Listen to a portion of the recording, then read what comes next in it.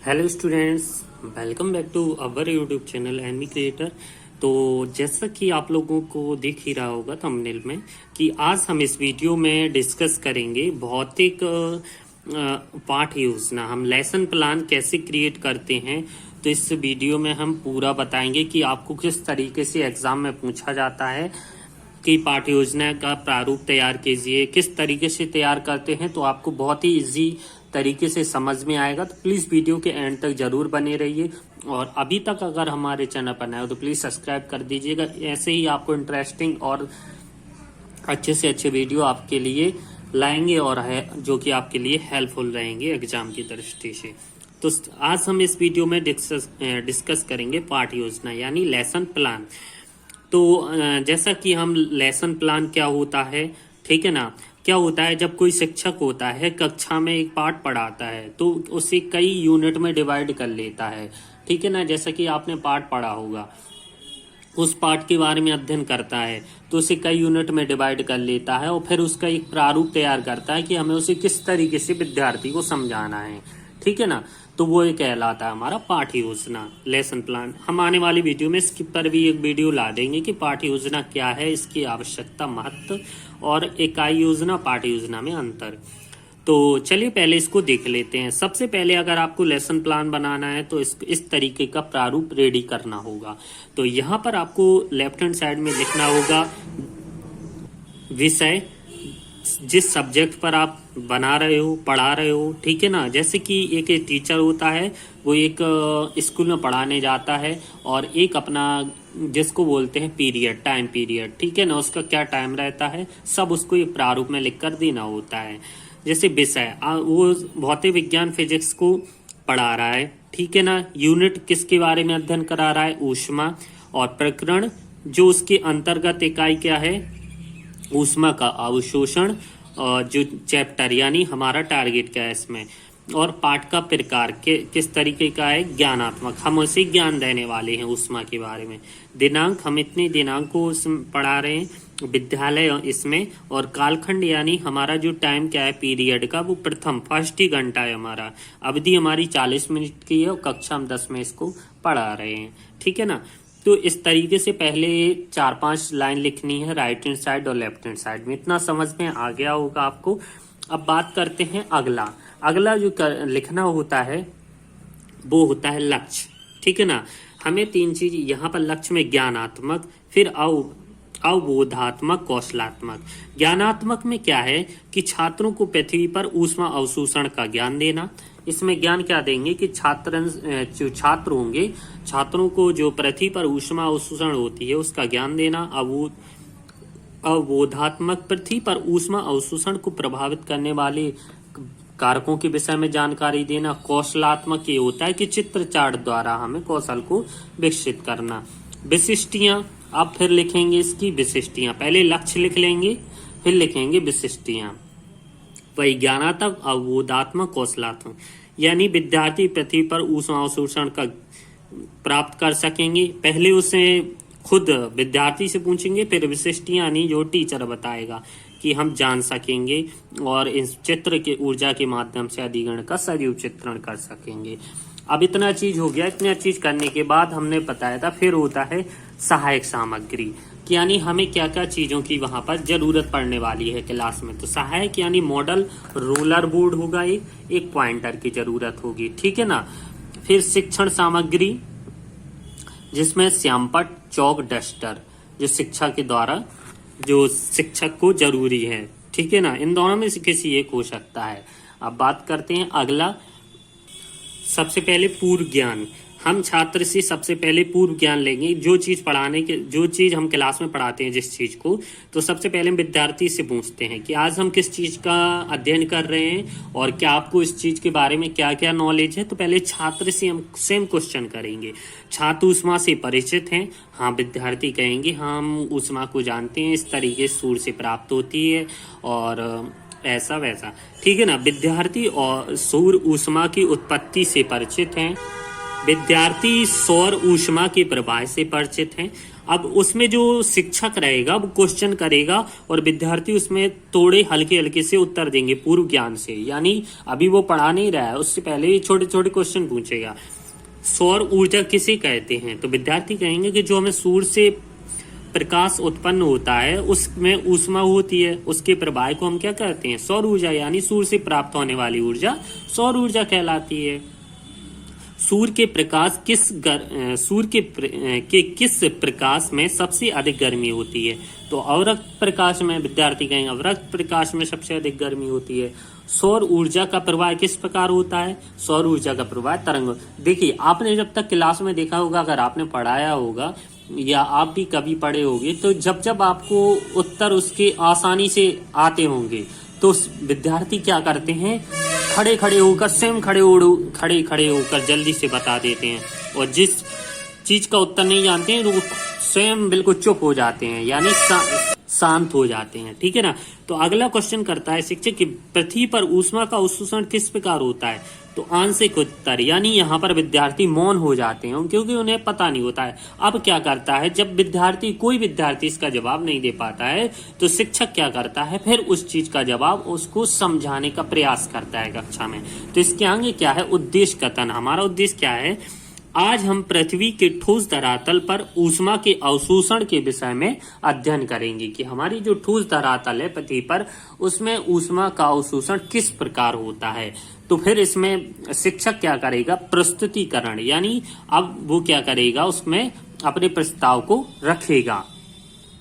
देखिए, सबसे पहले यहाँ पर फिर 3 पैराग्राफ टाइप का इस तरीके का बनाएंगे।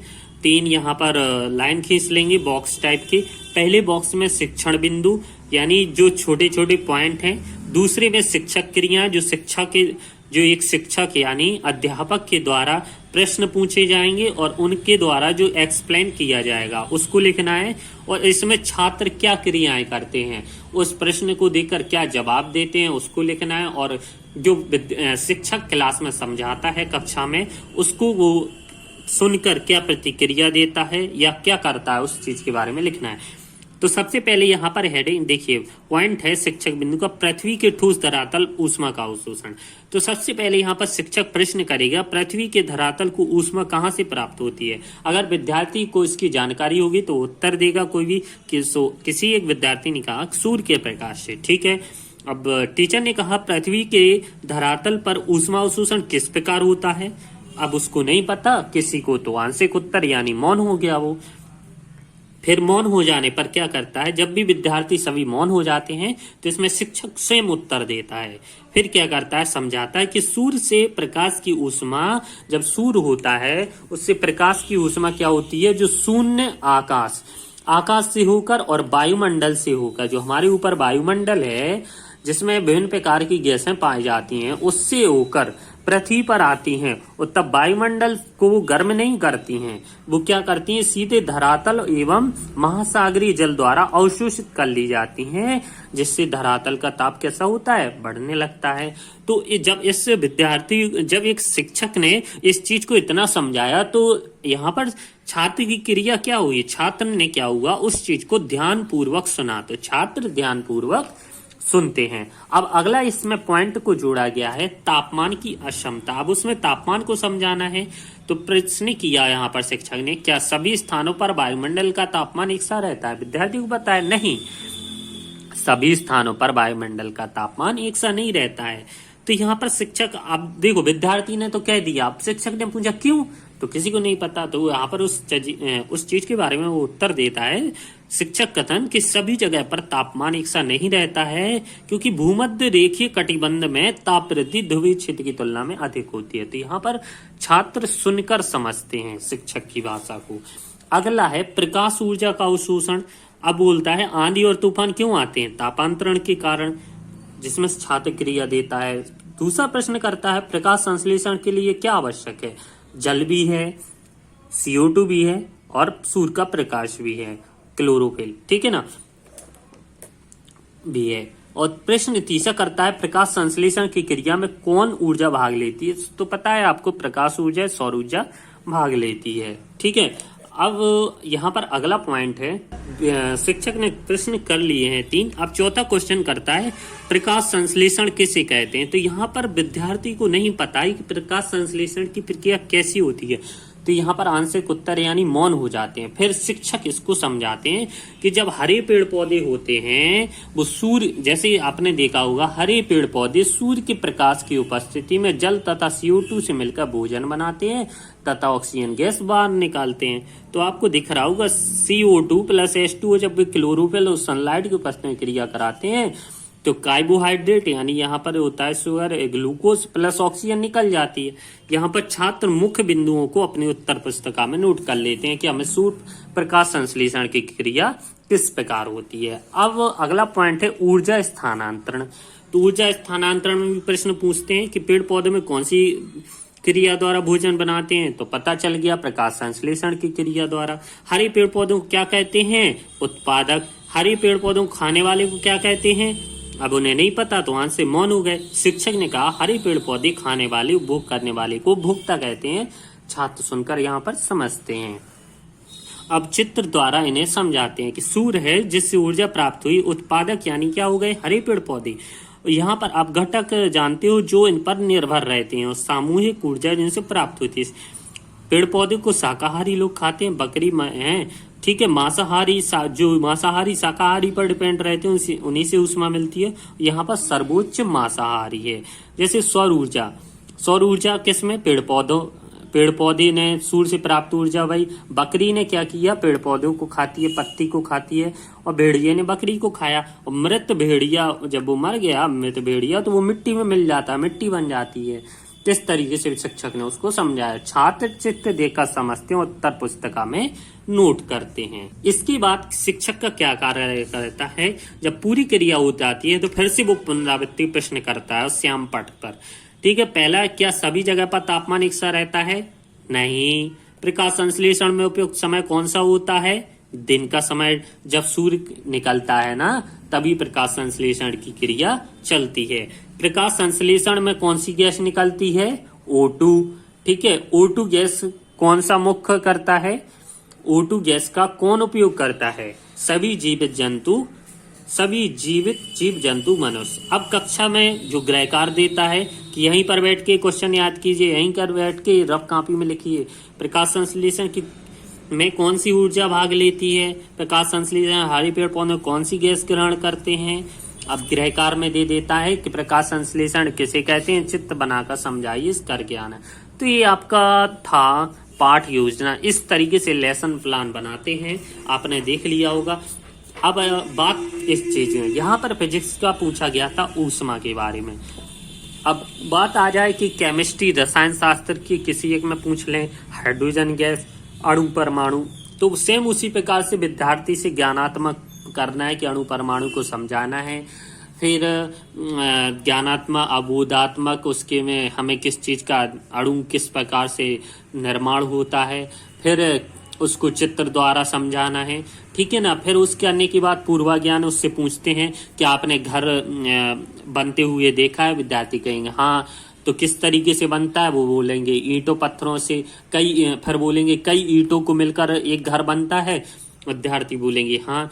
तो फिर बोलेंगे अब शिक्षक क्वेश्चन करेगा कि परमाणु का निर्माण कैसे होता है, ठीक है ना, अणु का निर्माण, तो फिर आंशिक उत्तर मौन हो जाएंगे। फिर शिक्षक समझाएगा कि कई छोटे छोटे परमाणु से मिलकर अणु का निर्माण बनता है। तो इस तरीके से शिक्षक अपने पूर्व ज्ञान में यहाँ पर समझा देगा। फिर उसको अपना क्या करेगा, वो उद्देश्य लाएगा, एक लक्ष्य लाएगा, प्रस्तुतिकरण करेगा, फिर उसमें क्वेश्चन रदरफोर्ड के परमाणु मॉडल द्वारा अणु परमाणु का निर्माण करके बताएगा, जिसमें इलेक्ट्रॉन प्रोटॉन, इस तरीके से केमिस्ट्री का हो जाएगा। तो इस तरीके से आप कई ऐसे सोपान और लेसन प्लान सोपान की सहायता से बना सकते हैं। अब आने वाली वीडियो में हम आपको बता देंगे कि लेसन प्लान क्या है, इसके महत्व और आवश्यकता समझाइए, और इकाई योजना पाठ योजना में अंतर। तो वीडियो अच्छी लगी हो तो प्लीज वीडियो को लाइक जरूर कर दीजिएगा, चैनल पर नए हो तो प्लीज चैनल को सब्सक्राइब कर दीजिएगा। धन्यवाद।